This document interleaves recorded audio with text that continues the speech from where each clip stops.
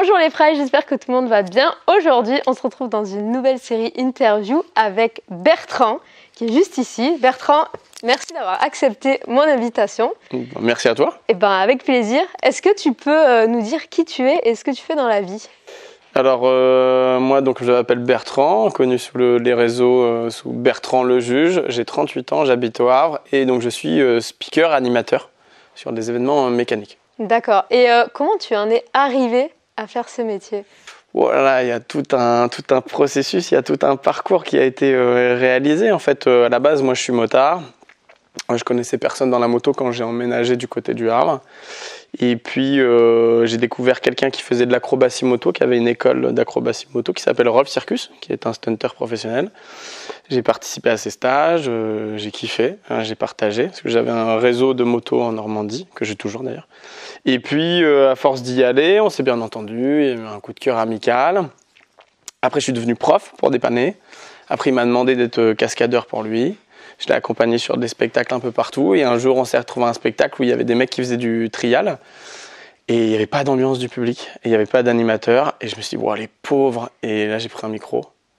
Et ça a commencé un peu comme ça. Et au début, c'était pour dépanner quand nous, on était en show.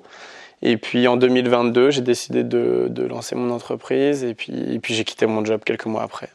Donc c'est devenu une passion finalement ou En fait, c'est pas vraiment une passion. En fait, c'est ce que je suis. En fait, speaker, c'est ma façon d'être. Et donc du coup, aujourd'hui, je fais un métier qui correspond à ce que je suis. Qui tu es, d'accord. Et vous êtes combien en France à faire ça? Tu sais, tu as une idée? Alors là, vous êtes beaucoup ou pas? En fait, tu as des speakers pour différents types d'événements. Ça peut être pour animer des événements pour les enfants, ça peut être des événements d'entreprise, ça peut être pour être des événements sportifs. Tu vois, comme là, vers les JO, il y en a qui sont spécialisés, par exemple, pour faire des matchs de handball, des matchs de basket, un peu de tout. Tu as vraiment de tout. Et moi, vu que je suis arrivé comme un cheveu sur la soupe, je ne connaissais pas, on va dire, les gens de ce milieu-là. Donc, des fois, on me parle de nom, je dis non, je ne connais pas, j'en sais rien, en fait. Et je m'y intéresse pas trop non plus. Tu t'y intéresses pas trop, donc aujourd'hui, tu sais pas... T'en connais beaucoup des gens qui font le même métier que toi, spécialisés dans la moto, on va dire, ou sport mécanique? Spécialisés dans la moto, j'en connais quelques-uns, mais très peu. Des personnes qui sont dans les événements mécaniques de manière générale, je commence à en connaître, puisque forcément, à force d'être sur ce genre d'événements, ouais. Et voilà, donc j'en connais, et c'est surtout je connais une personne que j'ai rencontrée qui m'a parlé de son métier, qui s'appelle Charlie Moss, qui est d'une grande speakerine, mais un peu dans tous les domaines. Et en 2019, elle m'a donné l'opportunité de pouvoir la rencontrer. Donc on s'est rencontrés sur Paris, et pendant 1h30, on a échangé sur son parcours. Et voilà, et aujourd'hui, elle me donne des affaires quand elle peut pas être dessus et tout ça, et notamment l'opportunité avec iSide. Bah ça c'est top, et tu vas nous parler de iSide un peu plus. Après. C'est quoi les qualités requises pour faire ce métier? Faut avoir de l'énergie. C'est très énergivore. Ouais, parce qu'en fait le but c'est aujourd'hui c'est d'aller donner de l'énergie aux gens en fait. Donc c'est important d'en avoir, d'avoir un gros stock, une grosse quantité d'énergie parce que tu le diffuses du matin jusqu'au soir. Après, il y en a, ils font leur job, ils arrivent à telle heure, et on leur dit la fin, c'est telle heure, ils rentrent chez eux, ils rentrent à l'hôtel, basta. Moi, je suis le genre de mec, j'arrive limite avant tout le monde, et je suis le dernier à partir, puisque j'aime bien traîner avec les gens, boire un coup, et être vraiment avec les gens qui organisent pour faire connaissance, et vraiment être en fusion, en symbiose avec justement les organisateurs. Faut être positif. Ouais. Faut avoir de l'humour. Les gens, en général, ils viennent sur un événement moto ou voiture, ou les deux, et ils sont là pour passer un bon moment. Quand on regarde l'actualité, c'est quand même assez triste ce qui se passe un peu partout. Donc voilà, il faut juste les faire kiffer le temps d'un instant. Est-ce que toi, tu te fais kiffer quand tu fais ça? Moi, je suis un kiff. C'est comme si j'étais en one-man show. Moi, tu me files un micro, plus il y a de monde, et moins j'ai de retenue, plus j'y vais. Et c'est l'éclat total en fait quand tu vois que les gens, le public est quand même de plus en plus difficile parce que de plus en plus le problème c'est ça, c'est les téléphones. Donc les gens ils sont autour des barrières pour regarder des spectacles, notamment de stunt, d'acrobatie moto, de trial freestyle, de FMX. Et les gens ils filment beaucoup. Et donc quand tu filmes, tu peux pas applaudir. Et en général tu ne cries pas, c'est-à-dire que tu ne donnes pas de voix. Et donc tu ne donnes pas d'énergie au spectacle. Donc en fait, j'ai vu des spectacles où si je perds rien pendant 1 minute, 2 minutes, il se passe absolument rien. Il faut vraiment aller chercher le public parce qu'aujourd'hui, le public n'est pas du tout autonome. Et donc, faut vraiment, il y a une sorte de retenue générale qui est un peu pesante des fois. Et donc, il faut aller les chercher pour qu'ils donnent de l'énergie, pour que les personnes qui sont sur la piste prennent cette énergie, en redonnent, et que tu fonctionnes dans un cercle vertueux. Et voilà, mais... Est-ce que des fois, ça t'est déjà arrivé de ne pas réussir à relancer le public ou est-ce que l'ambiance soit vraiment morte? Est-ce que c'est quelque chose de compliqué, ça? Ouais, c'est compliqué. C'est compliqué. Des fois, le public me fait vraiment halluciner.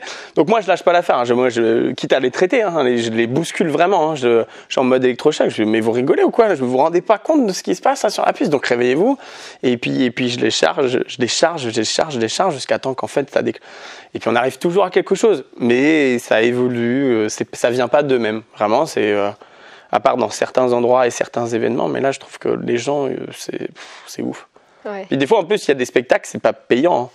Donc les gens, ils viennent, c'est gratuit et ils kiffent pas l'instant présent, ils sont pas dans le moment.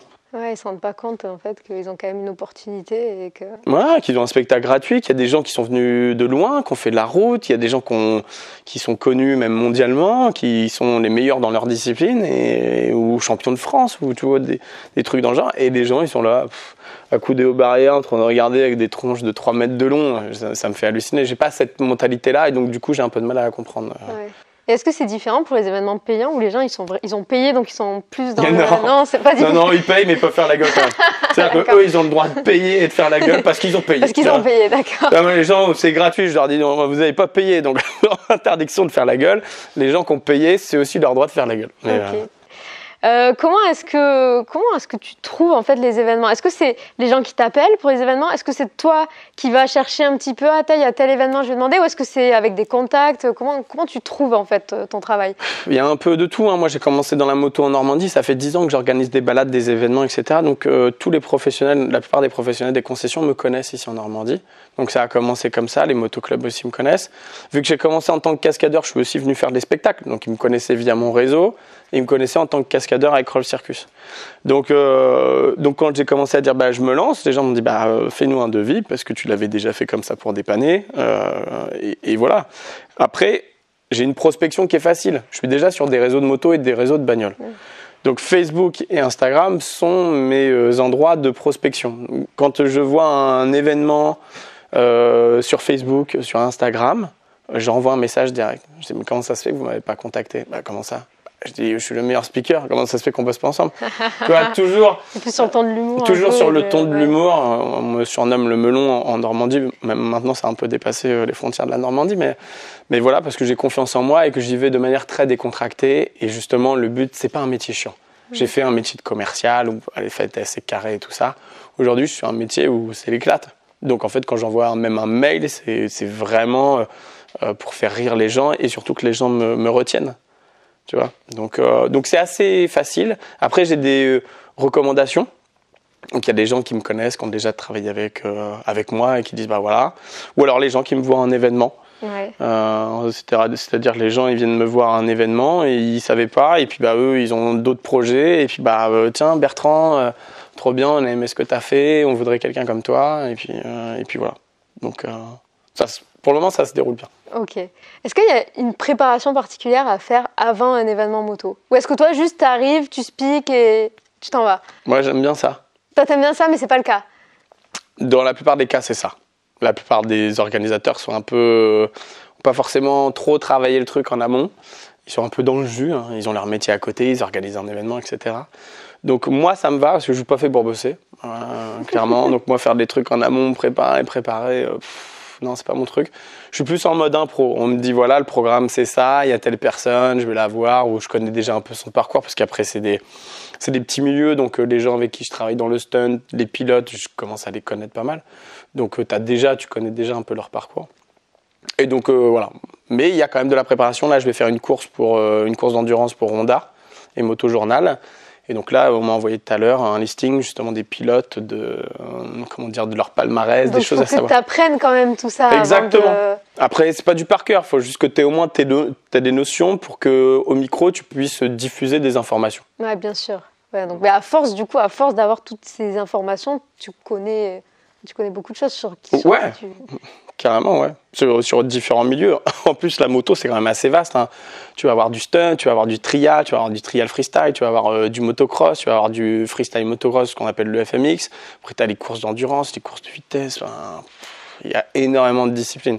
Donc, je connais pas tout, mais du coup, je connais un panel qui est quand même assez large. Ouais. Ça, c'est intéressant. Et t'en apprends tous les jours, du coup. Ah ouais, t'en apprends tous les jours. Après, c'est un métier qui est très humain. Hein.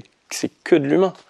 C'est-à-dire que tu n'es que en relation avec des gens que tu vas interviewer, comme ce que tu es en train de faire, tu vois. Donc tu te nourris de tout ça et c'est des superbes expériences humaines et ultra enrichissantes. D'accord. Est-ce que tu peux nous parler un petit peu des événements que tu organises? C'est quoi les plus gros événements que tu organises? Qu'est-ce que tu as fait? Qu'est-ce qui t'a marqué? Alors tu parles de que j'ai animé? Que tu as animé. Oui, que j'ai animé. Là, par exemple, j'étais aux 24 heures du Mans auto avec Motul.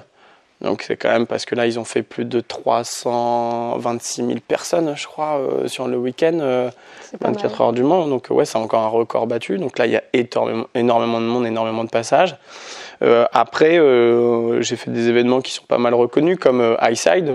Dans le milieu de la moto, c'est quand même assez... Highside, c'est pas mal. Ouais, Highside, c'est pas mal. Donc, la première édition qu'il y a eu en 2022.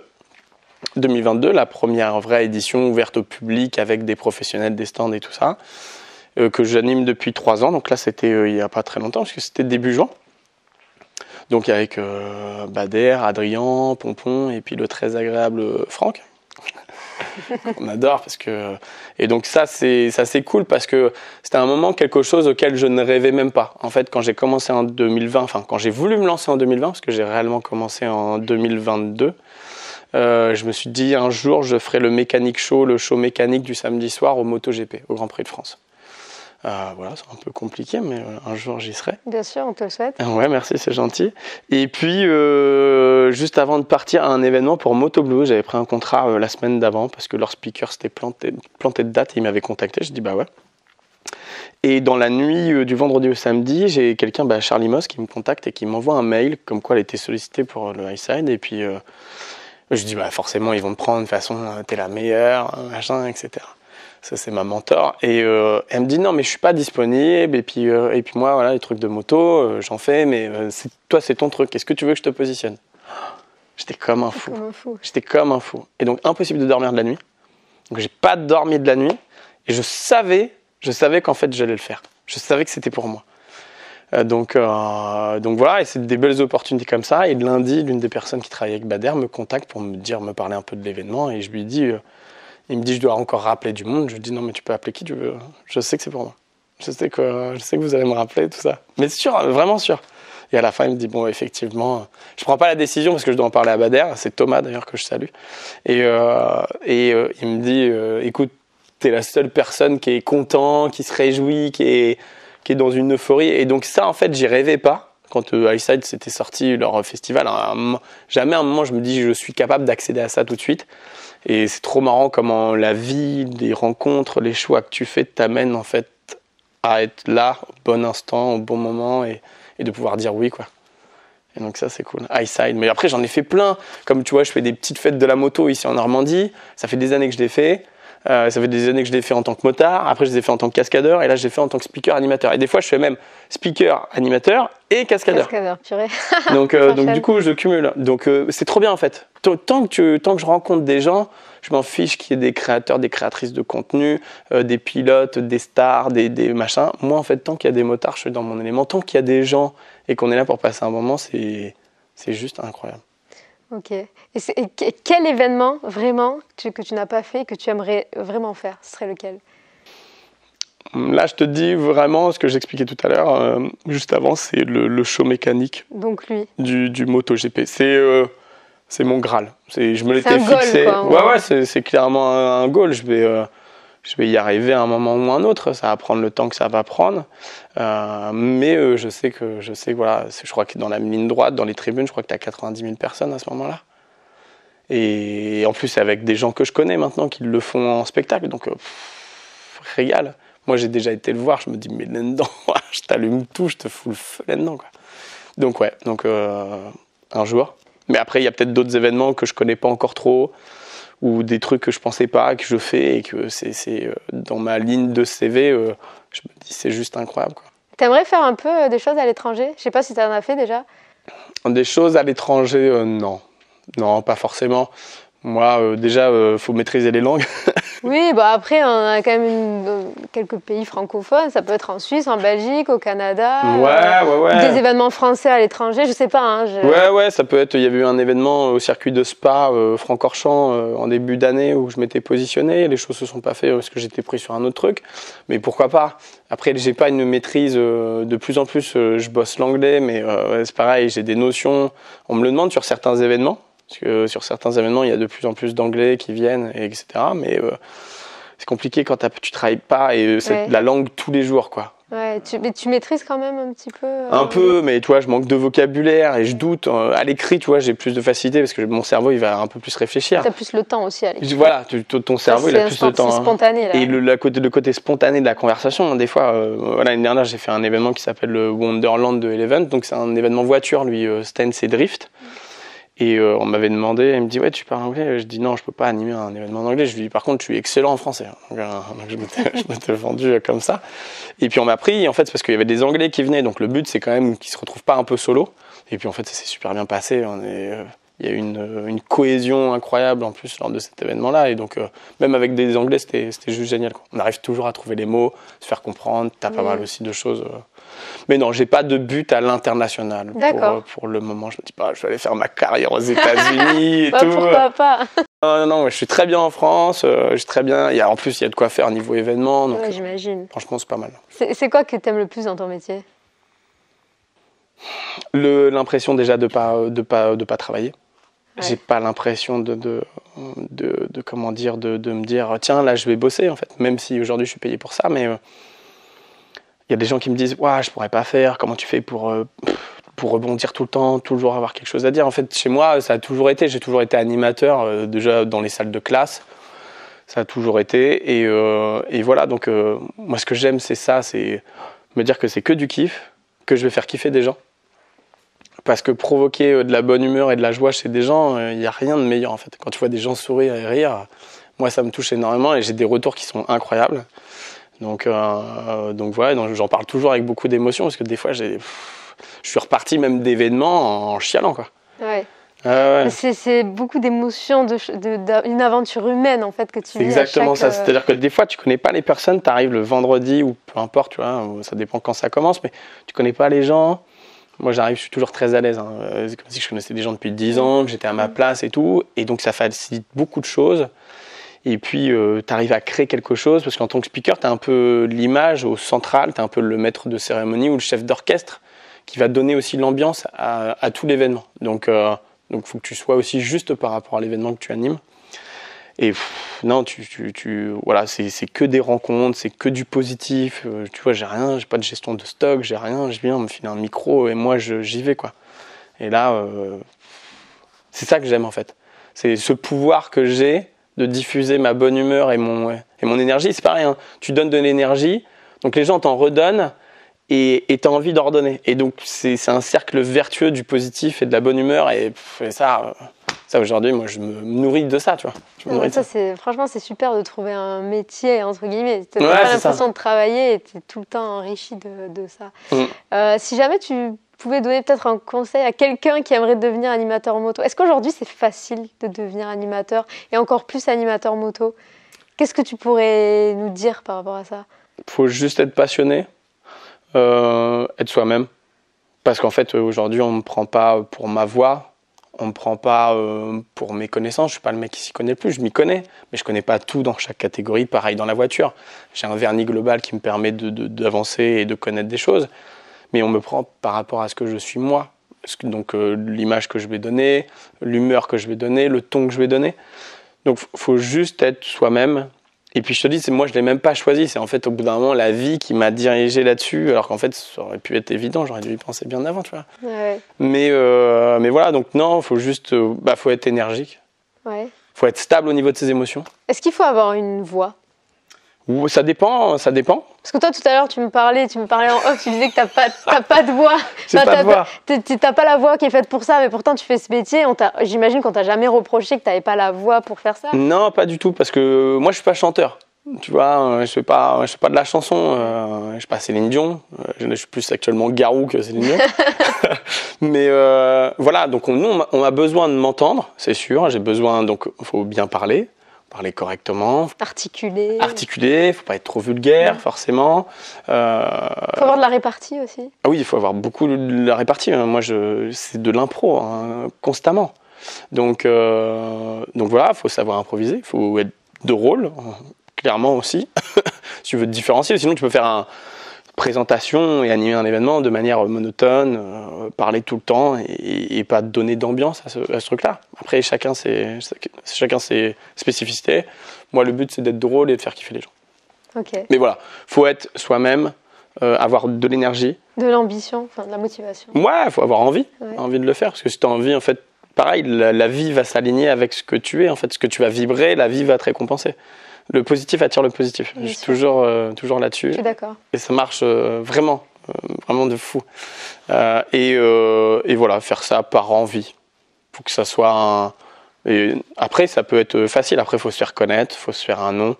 Il faut avoir les bonnes portes, être au bon moment, au bon endroit. Mais je te dis, si tu le fais et que tu es une bonne personne et que tu le fais vraiment pour les bonnes raisons, la vie va s'aligner avec toi et elle t'ouvrira les portes. C'est des mots bien positifs. Le positif attire le positif. Non, exactement, exactement. Est-ce que tu as une petite anecdote à nous raconter par rapport à ton métier ? Est-ce que j'ai des anecdotes? J'en ai plein. J'ai vécu des moments... de fou. Une anecdote, si on parle justement d'I-Side, c'était l'année dernière. Et donc à chaque fin de festival, je repars avec Bader, c'est lui qui me raccompagne à la gare. Et puis on a une petite heure ensemble, donc on parle un petit peu de nos vies perso, du festival, comment ça s'est passé. Et l'année dernière, on part, donc tout le lundi, c'est à tout ranger, remettre le pôle mécanique d'Alès des Cévennes au clair et tout. Et donc le lundi, on part, je crois qu'il était 16h, 17h, un truc dans le genre. On arrive en bas du circuit, il coupe la voiture parce que son téléphone s'était pas connecté. On repart, on arrive au bas du circuit, t'as un rond-point et là, on commence à voir des gouttes d'eau. Et là, on passe le rond-point et là, mais déluge. Genre, mais vraiment, ils appellent ça là-bas un épisode Cévenol. Ouais. Et donc, du vent, on voyait les branches, les déchets, tout qui volait. Mais genre, c'est un truc, tu te dis, parce que la plupart des événements, à cette période-là, enfin, tous les événements sont souvent en extérieur. Et oui. Donc, tu es hyper tributaire du temps. Donc, tu as des tonnelles, tu as des machins, des infrastructures et tout. Tu te dis que s'il arrive ça au moment de ton festival, mais c'est un carnage. Ça pourrait même être dangereux. Et là, donc, du coup, on n'en pouvait plus. On était explosés de rire parce qu'on se disait, ouais, non, mais la chance. Et on hallucinait, en fait, vraiment du timing, de la synchronisation en se disant, là, on vient de partir et ça tombe. Enfin, voilà, c'était après, même sur la route, on a pris une vague, on a doublé une voiture, on a pris une vague, on voyait plus rien. Franchement, on était content d'être bien rentré, que tout soit terminé. C'était après des anecdotes, j'en ai pas mal, mais ça, celle-ci, elle a été quand même bien marquante. Puis le moment où vous avez terminé l'événement, ouais, bim, comme dans Bienvenue chez les Ch'tis, là, quand ils passent le panneau, bim. C'était exactement ça. Genre, on quitte le circuit et voilà. Et il y en avait, je crois que c'était un roulage. C'était un roulage Bridgestone qu'il y avait après, pendant la journée. Je te dis pas les pauvres, etc. Mais nous, on était contents que ce soit passé le lendemain. Donc. Trop drôle. Eh bien, écoute, on arrive à la fin de cette interview. Je vais te proposer la question ludique. Donc, tu vas choisir entre 4 questions. Alors, donc, tu as le choix entre le ça ou ça, le mot en un, si tu étais, et vrai ou faux. Laquelle tu choisis? Allez, je vais prendre le ça ou ça. Tu vas prendre le ça ou ça. C'est parti. Journée remplie de monde ou journée intimiste? Moi, je suis bipolaire, je suis les deux. Moi. Faut que tu en choisisses un, là. Rempli de monde. Ok. Ambiance musique ou ambiance sans musique? Ambiance musique. Musique. Événement local ou événement national? Local. Local, c'est plus convivial. Ouais, pas besoin d'aller loin. Le kiff, il est juste à côté. Ok. Un seul animateur ou plusieurs animateurs? Tant qu'il y a moi, on peut après en prendre plusieurs, mais voilà, il faut au moins qu'il y ait moi. Ok, donc peu importe finalement. Non, ça peut être très cool d'être à deux. C'est pareil, après ça peut être une question de feeling. Si tu es dans le même mood et qu'il y a vraiment un bon truc, ça peut être ping-pong. T'as déjà fait à deux? Ouais, j'ai déjà fait à deux. J'ai déjà fait à deux. Du coup, tu choisis? Moi d'abord quand même. D'accord, donc faut être égoïste dans la vie. Ok. Animation de stunt ou animation de course? Animation de stunt. D'accord. Parce que la course, c'est plus être commentateur. Et ça, c'est moins mon truc. Moi, je suis plus dans l'interaction avec le public. D'accord. Oh, c'est intéressant. Animation en journée ou animation de nuit? Peu importe. Mais ouais, journée. Journée, ok. Journée. Travailler avec des motards amateurs ou travailler avec des motards professionnels? Amateur. Amateur, ok. Événement en intérieur ou événement en extérieur? En extérieur, quand il fait beau. Quand il fait beau, évidemment. Là, en ce moment, c'est un peu une année compliquée pour le beau temps, mais je préfère à l'extérieur. Normalement, je suis en short, en Bermuda, et je prends le soleil, je bronze, et tout le monde me dit, mais tu viens d'où? Tu fais d'une pierre deux coups, quoi. Exactement, mal, je peux filmer le bronzage. Ouais, c'est pour ça que j'ai la mèche. Moto électrique ou moto thermique? Moto thermique, quelle question, sérieusement. C'était pour titiller un peu, là, j'avoue. Ouais, non, mais me cherche pas. Non, mais après, il y a des avantages sur la moto électrique, mais moto thermique. D'accord. Événement à thème ou événement généralisé, on va dire, généraliste? Événement généraliste. Ok, pas forcément sur un thème précis. Pas forcément. Ok.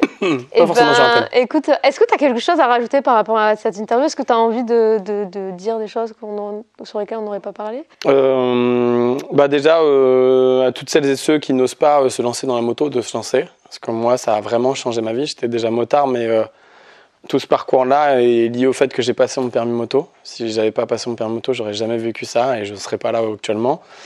De faire attention, de faire très attention, voilà, de s'équiper.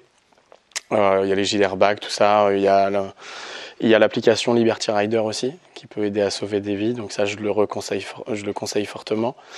Et puis après, de kiffer l'instant présent avec les gens présents. Voilà, les téléphones, c'est bien, mais pensez à vous maintenant. J'ai toujours eu conscience qu'on pouvait vite partir. Tu vois, on peut être là, demain, tu prends la route, tu tombes, tu chutes, tu peux avoir une maladie, un arrêt cardiaque, peu importe l'âge, tu peux partir. Donc d'être honnête, d'être bienveillant le plus possible et puis de kiffer la vie, vraiment. Voilà, c'est tout ce que je peux... Et d'être positif. Et d'être positif, le positif entraîne le positif. Ouais, c'est ça, exactement. C'est vraiment le plus important. Eh bien, super. Merci Bertrand pour cette interview. Si vous avez aimé cette vidéo, n'hésitez pas à vous abonner et à me suivre sur les réseaux. Il y a un endroit où on peut te suivre, Instagram, t'as une chaîne YouTube? Ah, pas encore, mais c'est peut-être... je vais être moins assidu que toi là-dessus, mais... On peut te suivre sur Instagram. Instagram, Bertrand le Juge, ouais, et sur Facebook aussi. Sur Facebook, ok, donc n'hésitez pas à le suivre. Puis si vous avez aimé cette vidéo, n'hésitez pas à me le dire en commentaire. Et puis, en attendant, ride safe. Ouais, faut lui donner de la force, faut lui donner de la force. Merci beaucoup. Merci à toi, Jenny.